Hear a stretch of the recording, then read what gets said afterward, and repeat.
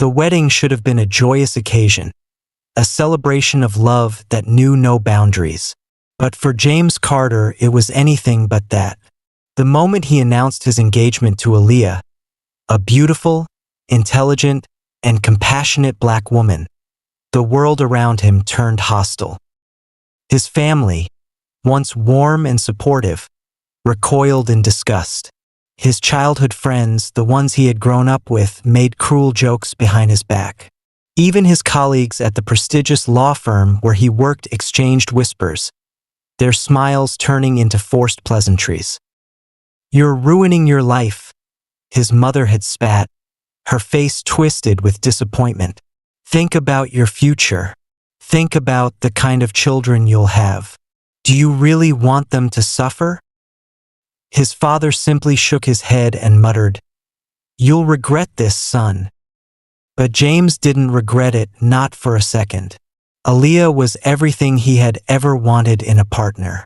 She was strong, kind-hearted, and fiercely intelligent. She had built her own successful career as an entrepreneur, defying the odds at every turn. But none of that seemed to matter to the people who looked at her and saw only her skin color. The humiliation was relentless. At their wedding, empty seats outnumbered the guests. Invitations were ignored, and those who did show up had little more than pity in their eyes. Even in public, strangers stared, some muttering insults under their breath. James and Aaliyah endured it all, and yet, through every cruel word and every hateful glance, they held their heads high. Then, 2 years later, everything changed, and the very people who had once ridiculed them would soon wish they had never doubted them at all. 2 years had passed since James and Aaliyah stood together at the altar, facing not only the vows they had promised each other, but also the world's relentless judgment. They had endured the whispers, the cold stares, and the family members who had cut them off. But instead of breaking under the weight of society's disdain, they thrived. James, once overlooked for promotions at his law firm after his marriage, decided he had had enough. He left and started his own legal practice, a firm dedicated to helping marginalized communities fight against injustice. At first, his old colleagues scoffed, convinced he would fail without their support. But they were wrong.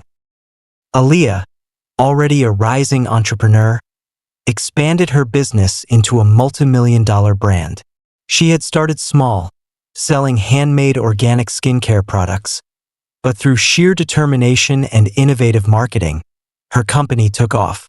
Within a year, she was featured in major business magazines, and soon after, major investors lined up to partner with her. The same people who once looked down on her, the same ones who dismissed her as not good enough, were now begging to be part of her success. One evening, James and Aaliyah arrived at a prestigious gala in downtown New York.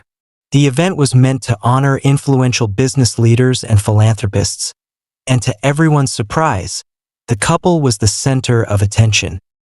James' former boss, the very man who had once doubted him, approached with an awkward smile. "James, my boy, you've really built something incredible. Maybe we should talk about collaborating." Aaliyah's critics, who once laughed at her ambition, now sang her praises. "Aaliyah, darling, I've always believed in your talent." One of her distant relatives gushed, conveniently forgetting the years of cold silence. But James and Aaliyah hadn't forgotten. They remembered the rejection, the sneers, the condescending remarks. And now, standing tall in a room full of people who had once doubted them, they exchanged a knowing glance. Success was the sweetest revenge. And as they left the event that night, hand in hand, James whispered to Aaliyah, "They thought they could break us, but look at us now." She smiled, her eyes shining with pride. "This is just the beginning." The ones who had despised them now regretted everything. As James and Aaliyah left the gala that night, they felt victorious. but they also knew their journey was far from over. Success had brought them recognition, but it had also attracted new challenges. The same people who once dismissed them now wanted a piece of their achievements. One morning, James received a phone call from his mother. It had been nearly 2 years since she had last spoken to him. When he saw her name on the screen, a mix of emotions swirled inside him. "James," she said softly, almost hesitantly. I saw you on the news. Your firm is doing amazing things." She paused, struggling to find the words. James let the silence stretch. He had once longed to hear pride in her voice, but now he wasn't sure what to feel. "I was wrong," she finally admitted. "I should have supported you. I should have welcomed Aaliyah with open arms." The grand hall was adorned with white roses, their delicate petals casting soft shadows under the golden glow of the chandeliers. Guests murmured in excitement, adjusting their seats as the moment everyone had been waiting for finally arrived. The wedding march began to play, and all eyes turned toward the entrance. The bride appeared, her veil cascading down like a silver waterfall, her every step measured and graceful. But as she walked down the aisle, the groom's expression shifted from awe to sheer horror. His heart pounded violently in his chest, his breath caught in his throat. This wasn't possible. His hands trembled as he took a step back. A cold sweat broke out on his forehead.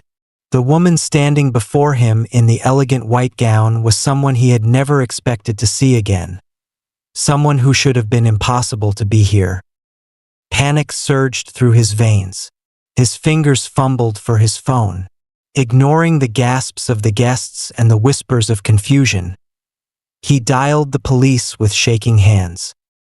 "This is an emergency," he stammered, his voice barely above a whisper. "I need officers at St. Augustine's Church immediately." The bride's expression didn't change, but the air between them grew suffocating. Then the unthinkable happened. The crowd murmured in confusion. The bride stopped in her tracks, standing frozen in the center of the aisle. The soft melody of the wedding march faded into an eerie silence.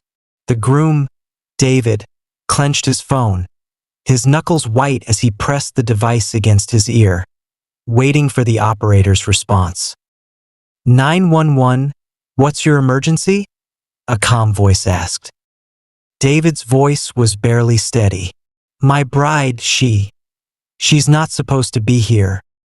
Gasps rippled through the crowd as David's mother rushed to his side. David, what are you saying? She whispered, her grip on his arm tight. His eyes never left the woman in the wedding dress. The bride, Emma, stood still, her veil covering most of her face, but through the sheer fabric, he could see her lips curve into the faintest smile. You. His voice broke as he took an unsteady step back. Emma was supposed to be dead. 3 years ago, she had vanished without a trace. They had searched for months, pleaded with authorities, and eventually, after finding a wrecked car near a cliffside, the police declared her dead. Her body was never recovered, but everyone, including David, had accepted that she was gone forever. Yet here she was, standing in front of him, about to marry him as if nothing had ever happened. A shiver crawled up David's spine. The police dispatcher's voice crackled through the phone. Sir, are you in danger? Before David could answer, Emma lifted her hands and slowly removed her veil. The room collectively gasped. Beneath the sheer fabric, Emma's face was exactly as he remembered it, except for one chilling detail. Her skin, once warm and radiant, was now pale, almost grayish, and her eyes, they were lifeless, hollow, like something that had seen the other side. And then she spoke.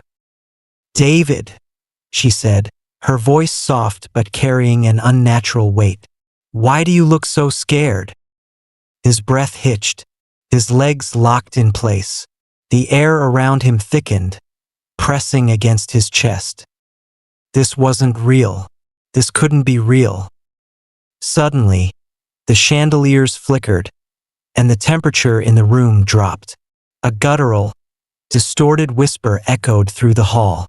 The guests screamed as the doors slammed shut on their own. Then, in an instant, all the candles in the room went out. Darkness swallowed them whole. And that was when the nightmare truly began. A chorus of terrified shrieks erupted as the grand wedding hall was plunged into darkness. The chandeliers above swayed, their chains creaking ominously. Some guests scrambled to their feet, their chairs toppling over with sharp thuds against the marble floor. Others clutched their loved ones, frozen in fear. David could hear his own heartbeat hammering in his ears. He could barely make out the outlines of the people around him, their shapes shifting in the dim emergency lights that flickered weakly from the walls. Then came the whisper, low, guttural, and wrong. "Why are you afraid, David?" It wasn't just Emma's voice. It was layered, distorted, like multiple voices speaking at once. The sound slithered through the air, curling around him like invisible fingers. David's grip on his phone tightened, his instincts screaming at him to run, but his legs refused to move. A sudden burst of light illuminated the room as the candles relit on their own. But something was different. The guests were no longer standing where they had been. Instead, they were arranged in a perfect, silent circle around Emma. Their faces were blank, their eyes unfocused, as if trapped in a trance. David's stomach churned. He turned his gaze back to Emma, who stood eerily still in the center of it all. But something had changed. Her wedding dress, pristine just moments ago, was now drenched in something dark. The white fabric clung to her like wet silk, stained with deep red streaks that spread from her chest downward. Blood. David staggered back, his breaths coming in short, ragged gasps. "Emma!" His voice was barely above a whisper. She smiled, a slow, unnatural smile that stretched too wide. "Did you think I wouldn't come back for you?" A cold shiver ran down his spine. This isn't real," he stammered. "You're dead." Her smile faltered. "Dead?" she echoed, tilting her head slightly. "No, my love. I was lost, forgotten, left to rot in the dark." Her voice cracked, her fingers twitching. "But now I'm back, and I will never be alone again." Suddenly, a sharp cry pierced the air. One of the guests, a middle-aged man, collapsed to his knees, clutching his chest. A strangled gurgle escaped his lips before his body convulsed violently. Then he went still. His eyes snapped open, completely black. Screams rang out as another guest fell. Then another, and another. One by one, they crumpled to the floor, their bodies twitching before going unnervingly still. The circle around Emma tightened as those who remained standing backed away in terror. David felt his body tremble as he turned to run, but the moment he did, a powerful force yanked him backward. Emma's cold fingers wrapped around his wrist. "You're not leaving me again," she whispered. Then the lights went out once more, and the real horror began. A suffocating silence swallowed the room. David's breath came in shallow gasps, his pulse hammering in his ears. He tried to yank his arm free, but Emma's grip was like iron, cold, unyielding, inhuman. Then the whispering started again. It was everywhere, all around him, rising and falling like 1,000 voices speaking at once, overlapping in a cacophony of rage, sorrow, and something else, something ancient. A flicker of dim light returned, not from the chandeliers or candles, but from the eyes of the fallen guests.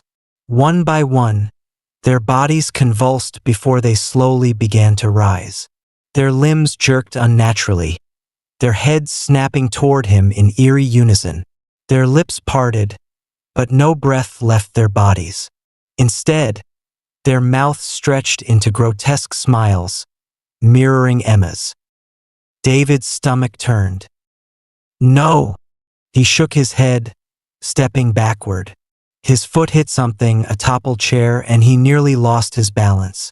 His heart pounded against his ribs as the possessed guests took a synchronized step forward, their dark, empty eyes locked onto him. Emma moved closer, her fingers tightening around his wrist.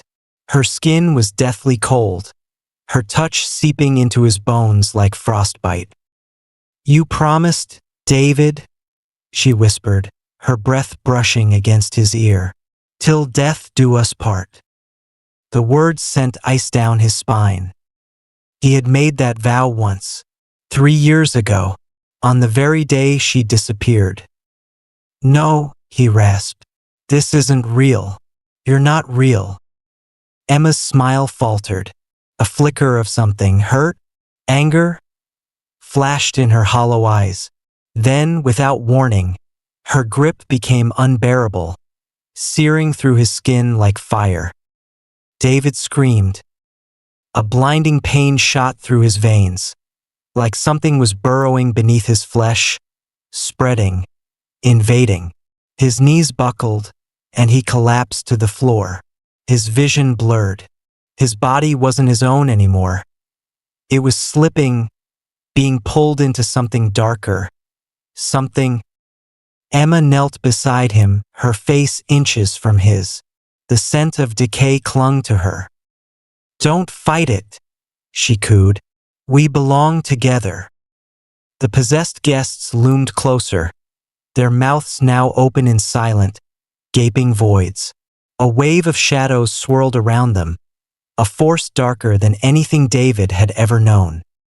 Then, a crash. A sudden burst of light.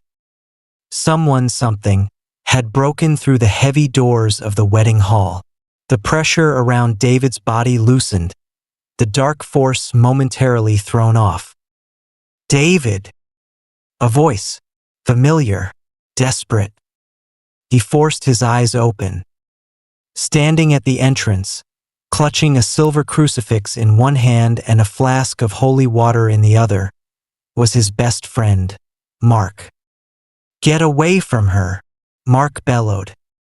Emma's head snapped toward him, her smile vanishing. Her eyes darkened, and the room trembled. David gasped for air, feeling control return to his body, just for a moment. But he knew the nightmare was far from over, because Emma was no longer just his lost bride. She was something else entirely, and she wasn't going to let him go. The air in the grand wedding hall thickened with tension as Emma slowly turned to face Mark. The flickering lights cast grotesque shadows across her blood-stained dress, making her seem even less human.